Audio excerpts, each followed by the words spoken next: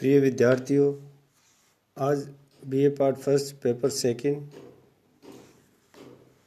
भौतिक भूगोल के बारे में चर्चा करेंगे। भौतिक भूगोल का एक टॉपिक लेंगे, पृथ्वी की आंतरिक संरचना, interior structure of the earth. पृथ्वी की उत्पत्ति संबंधी सिद्धांत। पहला है अप्रत्यक्ष प्रमाण, घनत्व, दबाव, तापक्रम। दूसरा है प्राकृतिक साधन, जिसमें ज्वालामुखी क्रिया, भूकंप तरंगे, भूकंपीय टोमोग्राफी। पृथ्वी की उत्पत्ति संबंधी सिद्धांत। यद्यपि पृथ्वी की उत्पत्ति से संबंधित विभिन्न सिद्धांत बने, उन पर एक मत अथवा सर्वमान्य हल नहीं उभरा है।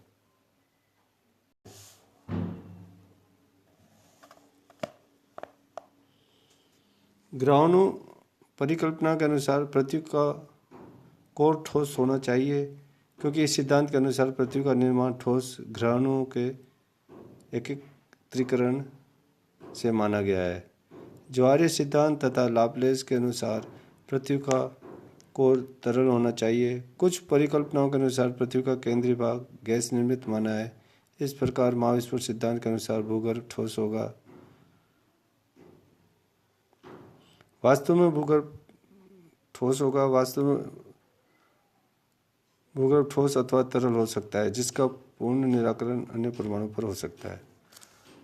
अप्रत्यक्ष प्रमाण। इसके अंतर्गत घनत्व, दबाव तथा तापक्रम आते हैं। पहला है घनत्व। न्यूटन ने 1774 में गुरुत्वाकर्षण सिद्धांत को प्रस्तुत करते हुए स्पष्ट किया कि आकर्षण शक्ति पदार्थ के द्रव्य की मात्रा के अनुपात में बढ़ती है तथा बीच की दूरी के अनुपात में घटती है। इस सिद्धांत के अनुसार पृथ्वी का सापेक्षिक घनत्व 5.5 माना गया है। भूपटल जो परतदार चट्टानों से निर्मित है का घनत्व 2.7 है।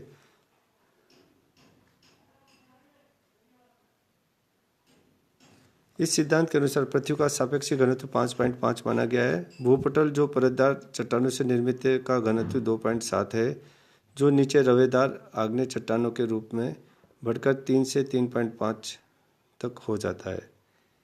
इस प्रकार क्रम से बढ़ता हुआ घनत्व कोर तक औसत घनत्व 11 हो जाता है। इस प्रकार बढ़ता हुआ घनत्व भूगर्भ को ठोस तथा भारी सिद्ध करता है। अतः भूपृष्ठ की संरचना हल्के चट्टानों से निर्मित तथा भूगर्भ के पदार्थ निकेल, लोहे जैसे भारी पदार्थ से निर्मित है, जिससे पृथ्वी में चुंबकीय गुण भी पाया जाता है। अब दबाव लेंगे। आरंभ में यह माना गया कि ऊपर से कोर की तरफ जाने पर चट्टानों का भार तथा दबाव बढ़ता जाता है, इसलिए पृथ्वी के कोर का अधिक घनत्व अधिक दबाव के कारण है। परंतु आधुनिक प्रयोगों द्वारा सिद्ध हो गया है कि सेलों में एक निश्चित सीमा तक दबाव के कारण घनत्व में वृद्धि हो सकती है। इसलिए बढ़ते दबाव के कारण अधिक घनत्व नहीं, वरन स्वयं कोर भारी सघन धातु का बना है। तीसरा है तापक्रम। पृथ्वी की भारी परत से भीतर कोर भाग में जाने पर तापक्रम बढ़ता जाता है। गहराई की प्रत्येक इकाई में तापमान के परिवर्तन को भूतापीय प्रवणता कहते हैं। तापक्रम वृद्धि की यह दर सामान्यतः औसत प्रति 100 मीटर पर 2.5 डिग्री सेंटीग्रेड रहती है। इस आधार पर 100 किलोमीटर के बाद कोई पदार्थ ठोस अवस्था में नहीं रह सकता और कोर तरल अवस्था में होगा। नवीनतम अनुसंधान से स्पष्ट हुआ है कि विवर्तनिक सक्रिय क्षेत्रों में 43 किलोमीटर गहराई में 1000 डिग्री सेंटीग्रेड तथा विवर्तनिक स्थिर क्षेत्रों में 40 किलोमीटर गहराई पर मात्र 500 डिग्री सेंटीग्रेड रहता है। विवर्तनिक सक्रिय क्षेत्रों में तापमान 1000 डिग्री सेंटीग्रेड बेसाल्ट तथा पेरिडोटाइट चट्टानों के गलनांक बिंदु के करीब है।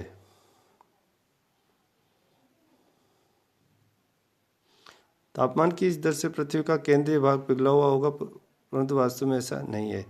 यह भी स्पष्ट है कि अधिकांश रेडियो एक्टिव तत्व यूरेनियम, थोरियम, पोटेशियम आदि पृथ्वी की ऊपरी परत में विस्तारित है, विशेषतः ग्रेनाइट परत में।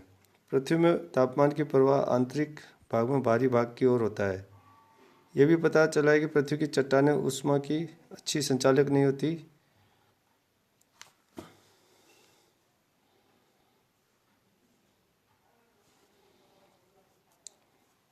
उपरोक्त तापमान के विश्लेषण से स्पष्ट होता है कि तापमान में गहराई के साथ वृद्धि होती जाती है, परंतु यह ताप वृद्धि घटती दर से होती है। अब प्राकृतिक साधन, पहला है ज्वालामुखी क्रिया। ज्वालामुखी उद्गार के समय निकलने वाला तप्त लावा, गैस, धूल, राख आदि के अध्ययन से पृथ्वी की आंतरिक स्थिति का पता चलता है। लावा उद्गार का संबंध भूगर्भ में स्थित मैग्मा भंडार है। यह पृथ्वी की तरल अवस्था का सूचक है। यह भी स्पष्ट है कि भूगर्भ में अधिक गहराई पर बढ़ते दबाव के कारण चट्टानें पिघलती नहीं, क्योंकि उनका द्रवणांक बिंदु बढ़ जाता है, इसलिए यह ठोस रहती है। ज्वालामुखी उद्गार पृथ्वी के कुछ सीमित स्थानों तथा मात्र 50 से 60 किलोमीटर गहराई तक सीमित है, इसलिए संपूर्ण पृथ्वी के भूगर्भ पर इसके आधार पर निष्कर्ष निकालना न्यायोचित नहीं है। फिर दूसरा लेते हैं भूकंपीय विज्ञान के प्रमाण। भूकंपीय विज्ञान द्वारा भूकंपीय लहरों का सीस्मोग्राफ यंत्र द्वारा अंकन करके भूगर्भ की संरचना अवस्था तथा परतों की गहराई तथा मोटाई पर सर्वाधिक प्रमाणिक जानकारी प्राप्त होती है। जिस स्थान पर भूकंप का कंपन आरंभ होता है उसे भूकंपीय फोकस, सेस्मिक फोकस कहते हैं। यह फोकस से ठीक ऊर्ध्वाधर दिशा में पृथ्वी तल पर जहाँ सर्वप्रथम भूकंप ये लहर का अंकन किया जाता है उसे एपिसेंटर कहते हैं। भूकंप से उत्पन्न लहरें फोकस से आरंभ होकर सभी दिशाओं में धरातल की ओर चलती है, परंतु पृथ्वी की आंतरिक घनत्व विभिन्नता के कारण इन लहरों की गति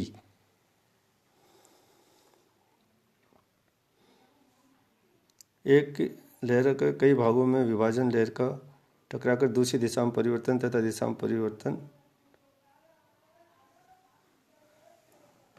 दूसरी दिशा में वर्तन तथा परावर्तन हो जाता है। इसके अलावा घनत्व की बढ़ती मात्रा के अनुरूप लहरों की चाल में वृद्धि होती जाती है। पी प्राइमरी वेव, यह प्राथमिक या संपीड़नात्मक लहरें कहलाती है। पी लहरों का संचरण वेग सबसे अधिक होता है। यह पृथ्वी के भीतर फोकस से आरंभ होकर पृथ्वी के ठोस, तरल और गैसीय सभी प्रकार के क्षेत्रों को पार करती हुई भूपृष्ठ पर अन्य लहरों से पहले पहुंचती है। यह आगे पीछे धक्का देती हुई आगे बढ़ती है। ये लहरें ध्वनि की भांति होती है तथा कणों के गति लहर रेखा के सीध में होती है। दूसरा है एस लहर, ये द्वितीयक या अनुप्रस्थ भी कहलाती है। इनका संचरण वेग अपेक्षाकृत कम होता है तथा जल तरंगों या प्रकाश तरंगों के समान चलती है, जिनमें कणों की गति लहर की दिशा के समकोण पर होती है, इसलिए इन्हें आड़ी लहर भी कहते हैं। ये केवल ठोस में से गुजर सकती है तथा लहर तरल में लुप्त हो जाती है। धीमी गति के कारण भूपृष्ठ के ऊपर पी लहरों की अपेक्षा कुछ देर से पहुंचती है। ये आगे पीछे धक्का देकर ऊपर नीचे आड़े तेज से धक्का देती है, इसलिए ज़्यादा खतरनाक होती है। फिर तीसरी है एल लहर, लॉन्ग वेव।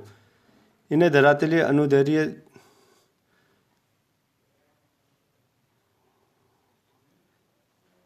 लहरें कहते हैं। इनका संचरण वेग सबसे कम होता है।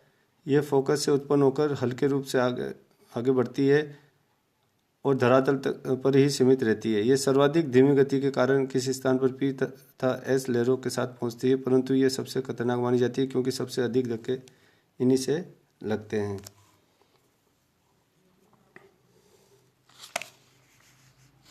अब लेते हैं अपन पृथ्वी की संरचना पर विभिन्न विद्वानों के मत। विभिन्न विद्वानों ने पृथ्वी के रासायनिक संगठन तथा संरचना पर अपने मत का प्रतिपादन किया है। पहला है स्वेज का मत। स्वेज ने पृथ्वी की रासायनिक बनावट पर विचार व्यक्त किया है। उन्होंने भूपटल क्रस्ट के ऊपरी भाग को परतदार शैली से निर्मित माना है, जिसकी मोटाई तथा घनत्व बहुत कम है। यह परत रवेदार सेल जिसमें फेल्सपार तथा अभ्रक खनिजों की प्रचुरता है। इस परत के बाद स्वेज ने घनत्व की विभिन्नता के अनुसार 3 भागों में विभक्त किया है। पहला है सियाल। इस परत की न्यूनतम गहराई 50 किलोमीटर तथा अधिकतम 300 किलोमीटर मानी गई है। इसकी रचना 2 पदार्थ सिलिका तथा एल्युमिनियम से हुई है। इसका औसत घनत्व 2.9 है। यहाँ की प्रमुख चट्टान ग्रेनाइट समूह की है। महाद्वीपों का निर्माण इसी परत से हुआ है तथा महासागरों की तली में पतली परत है। दूसरा है सीमा। सियाल के नीचे दूसरी परत सीमा की है, जो सिलिका तथा मैग्नीशियम से निर्मित है। इसकी औसत गहराई 1000 से 2000 किलोमीटर तथा घनत्व 2.9 से 4.7 है। इसकी रचना बेसाल्ट आग्नेय चट्टानों से हुई है, जिसमें क्षारीय पदार्थों की अधिकता है। तीसरा निफ है। सीमा के नीचे ये अंतिम परत है, जिसका निर्माण निकिल तथा फेरियम से मिलकर हुआ है। ये परत कठोर ठोस से निर्मित है तथा औसत घनत्व 11 है। इसका व्यास 6880 किलोमीटर है। लोहे की उपस्थिति के कारण ये पृथ्वी की चुंबकीय शक्ति तथा स्थिरता का गुण प्रमाणित होता है। दूसरा है आर्थर होम्स का मत। होम्स ने पृथ्वी को संरचनानुसार 2 स्तरों में विभाजित किया है। प्रथम परत को इन्होंने क्रस्ट माना है, जिसमें सियाल तथा सीमा का ऊपरी भाग सम्मिलित है, तथा दूसरी परत को इन्होंने अधस्तर सबस्ट्रेटम माना है। होम्स ने सियाल की गहराई तापीय विभिन्नता के आधार पर 20 किलोमीटर तथा भूकंपीय तरंगों के आधार पर 15 से 30 किलोमीटर बताई है। होम्स ने बताया कि भूपृष्ठ की अपेक्षा सबस्ट्रेटम में ताप बने रहने से तरलावस्था में रहता है। तीसरा है वांडर ग्राट का मत। जर्मन विद्वान ने लिंक तथा गुटनबर्ग के खोजों के आधार पर पृथ्वी की संरचना से निम्न तत्वों का विवरण दिया है। पहला है बाह्य सियाल क्रस्ट। इसका घनत्व 2.75 से 2.90 माना है, जिसकी महाद्वीपों के नीचे 60 किलोमीटर, अटलांटिक के नीचे 29 किलोमीटर तथा प्रशांत महासागर के नीचे नगण्य पाई जाती है। दूसरा है आंतरिक सिलिकोट परत। इसका निचला भाग सीमा कहलाता है। इसका घनत्व 60 किलोमीटर पर 3.1 है, परंतु गहराई के साथ घनत्व बढ़ता जाता है और 1200 किलोमीटर पर यह 4.75 हो जाती है। इसकी गहराई 60 से 1200 किलोमीटर तक मानी जाती है। सिलिका और मैग्नीशियम मुख्य तत्व है तथा अन्य में ऑक्सीजन, लोहा, कैल्शियम आदि आते हैं। तीसरा मिश्रित परत, इसे पैलेसाइट क्षेत्र भी कहते हैं। इसका ऊपरी भाग सीमा और निचला भाग धात्विक मिश्रण का है। इसका घनत्व 4.75 से 5 है तथा गहराई 12 से 2900 किलोमीटर तक मानी गई है। इसका संगठन ऑक्सीजन, सिलिका, मैग्नीशियम, लोहा तथा निकल से माना है। चौथा है केंद्र नाभि पिंड। इसका घनत्व 7.8 से 11 तक है तथा गहराई 2900 से 6368 तक मानी है। निकल तथा लोहा से निर्मित माना गया है। विभिन्न विद्वानों द्वारा पृथ्वी की संरचना पर व्यक्त विचारों मतभेद है तथा कुछ में समानता है। अधिकांश विद्वान पृथ्वी की सतह की रचना ग्रेनाइट द्वारा निर्मित मानते हैं। ऊपरी परत में अधिकांश बलुई तलछटी चट्टानें तथा उसके नीचे डोराइट चट्टान का अस्तित्व भाग है। डॉलीमोदे ने डायोराइट के नीचे टेचिराइट की परत माना है। इन दोनों परतों के बीच बेसाल्ट चट्टान रूपांतरित चट्टानों के रूप में पाई जाती है, जिसे एक्लोजाइट भी कहा जाता है। इसके नीचे की परत में ओलिवाइन खनिज पाया जाता है, जिसे होम्स ने पेरोडोटाइट तथा डूनाइट का नाम